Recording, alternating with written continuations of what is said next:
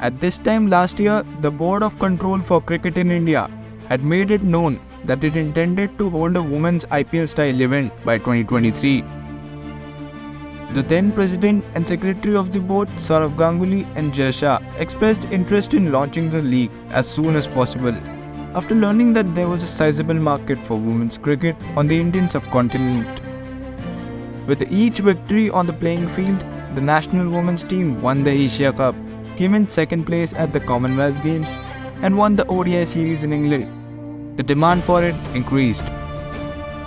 The BCCI had the intentions, but no one was certain of the precise start date for the much-awaited league. To ensure the best choice is made, a thorough analysis of the market was conducted, and there were unofficial contacts with a few other organizations and IPL franchises that were already in operations. Yet even at the time, few anticipated that the league would debut as early as 2023. Although being pressed for time, the BCCI managed to make it happen. It organized its affairs within a fortnight, and the Women's Premier League was introduced. With Viacom 18, a sizable media rights agreement was made, and the 5 teams were bought for a whopping 4,700 crore rupees.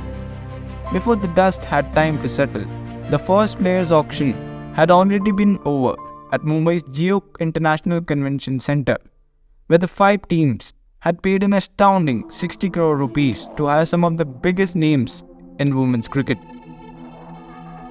According to Arun Dhumal, chairman of the IPL and WPL Governing Council, by putting everything in place so quickly, the BCCI has hit the target. Investors in cricketing nations are already interested in the WPL.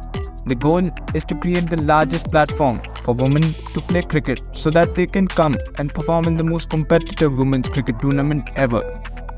The BCCI is boldly projecting the WPL as a success story, even though it is too early to declare the competition to be the most competitive.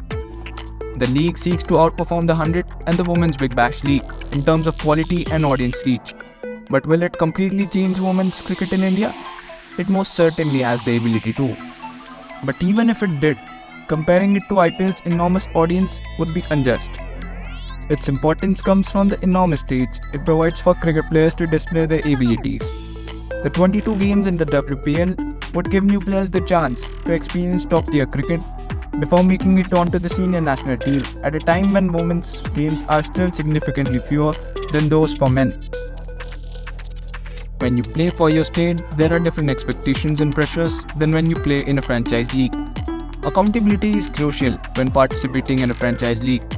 The trainer of Mumbai Indians and the former Indian captain, Juran Goswami, advises that you need to keep working hard and you will surely get an opportunity. The most important thing for young cricketers to remember is to stay focused on the pitch of play. Every time you perform, you must get out there. There will surely be some franchisees that will choose you if you do this frequently. If not now, then perhaps tomorrow. You must be patient while continuing past your 1-year performance. You must succeed and hone your skills before comparing yourself to players from around the world, she adds.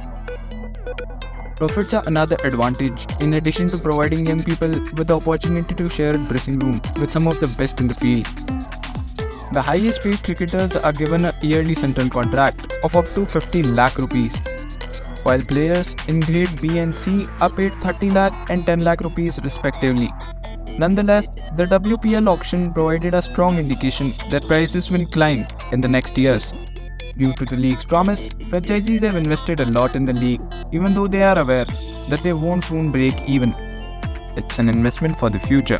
The women's game has advanced significantly if you consider how well-liked women's sports are around the world, including the Women's Premier League, the Women's NBA. Even women's tennis has seen a huge increase in popularity in recent years.